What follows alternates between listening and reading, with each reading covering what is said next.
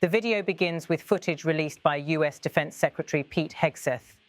It shows what he describes as an overnight US military strike targeting a small vessel moving through the Caribbean Sea. The boat, according to the US government, was being operated by members of Tren de Aragua, a Venezuelan criminal organization that Washington has classified as a terrorist group. The images are recorded in low light.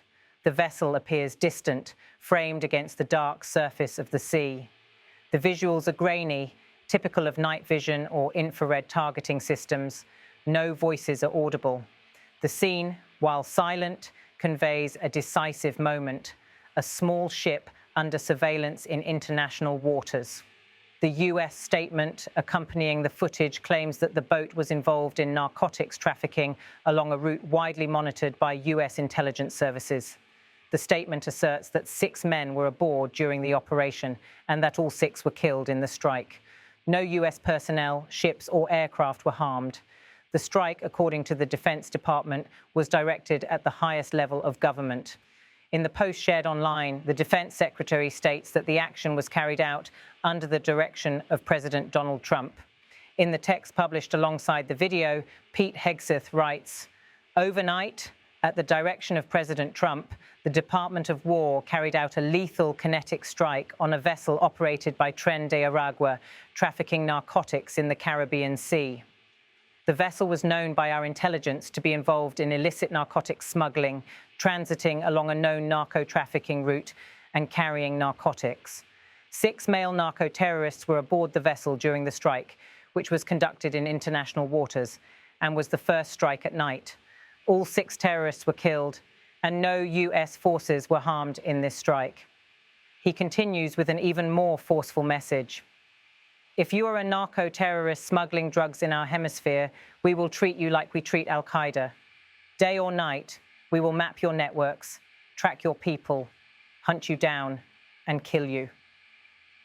This language makes clear how the US government is framing this operation as part of a broader counter-terrorism mission, not only a counter-narcotics action. The classification of Tren de Aragua as a terrorist organization is significant. It places the group in the same category as those the United States targets under wartime rules, not simply law enforcement operations. That framing has policy, military, diplomatic, and legal implications. This strike is one in a growing series. According to figures compiled by US officials and reviewed by journalists, this marks at least the 10th lethal US strike in the Caribbean Sea and Eastern Pacific targeting suspected drug traffickers since late last year. The total number of deaths reported across these operations now exceeds 40. These strikes represent a notable expansion in how the United States is choosing to disrupt drug trafficking networks, shifting from interdictions, seizures, and arrests toward direct kinetic force. To understand the context, it is important to look at the maritime drug routes themselves. The Caribbean Sea has long been a major artery for transporting illegal narcotics from South America to markets in North America and Europe. Smuggling networks use fishing boats, modified speedboats known as go-fast vessels, semi-submersible craft, and occasionally commercial cargo channels. Many of these routes skirt the waters of Venezuela, Colombia, Trinidad and Tobago, and several island states. The waters are wide, open, and difficult to constantly monitor. Tren de Aragua emerged in Venezuela and has expanded across borders, establishing cells in multiple countries. It is involved in a range of criminal activities, including drug trafficking, extortion, human trafficking, and armed violence.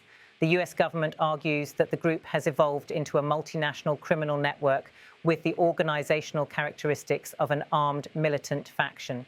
Critics, however, note that the label of terrorist organization can be used broadly and sometimes politically. Determining precisely how a group should be classified requires transparent evidence, which is not always made public. For governments in the region, these developments are delicate. If the US is conducting lethal strikes in international waters on suspected criminal targets, neighboring states may question how target identification is being verified and what safeguards exist to prevent mistakes. Civilian experts on international law point out that even when operations occur in international waters, the question of who is targeted and under what legal authority matters. The US asserts that its intelligence is sufficiently detailed, but independent verification remains limited, especially at sea, where evidence is difficult to recover after a strike. Venezuelan officials have not yet released a response specific to this strike, but in previous cases, Venezuelan authorities have accused the United States of violating sovereignty and escalating tensions under the pretext of counter-narcotics operations. They have also denied that groups like Tren de Aragua receive state protection. Those claims are contested by multiple international security observers who argue that the group has embedded itself within networks of corruption and informal armed power. However, documentation of those connections varies widely by region, and ground conditions differ from place to place. Human rights organizations have also raised broader concerns about using lethal force to disrupt trafficking. While they recognize the violence inflicted by organized crime groups, they question whether military strikes ensure accountability or simply escalate cycles of retaliation. They call for evidence to be released showing who was killed, what role they played, and whether opportunities existed for capture rather than killing. They argue that transparency is critical, especially if the United States intends to maintain public support and legal justification for further operations. Maritime analysts note that night strikes are technically more complex. They require precise intelligence, real-time surveillance, and careful navigation to avoid misidentification. Conducting such strikes in international waters means there are no local law enforcement agencies on scene to perform post-action site recovery. If debris sinks or scatters, documentation becomes challenging. In the absence of independently verifiable evidence, the public must rely largely on the narrative provided by the government that carried out the strike. Supporters of the operation, including US officials and some regional security partners, argue that the scale of organized narcotics trafficking poses direct harm to communities across the Americas.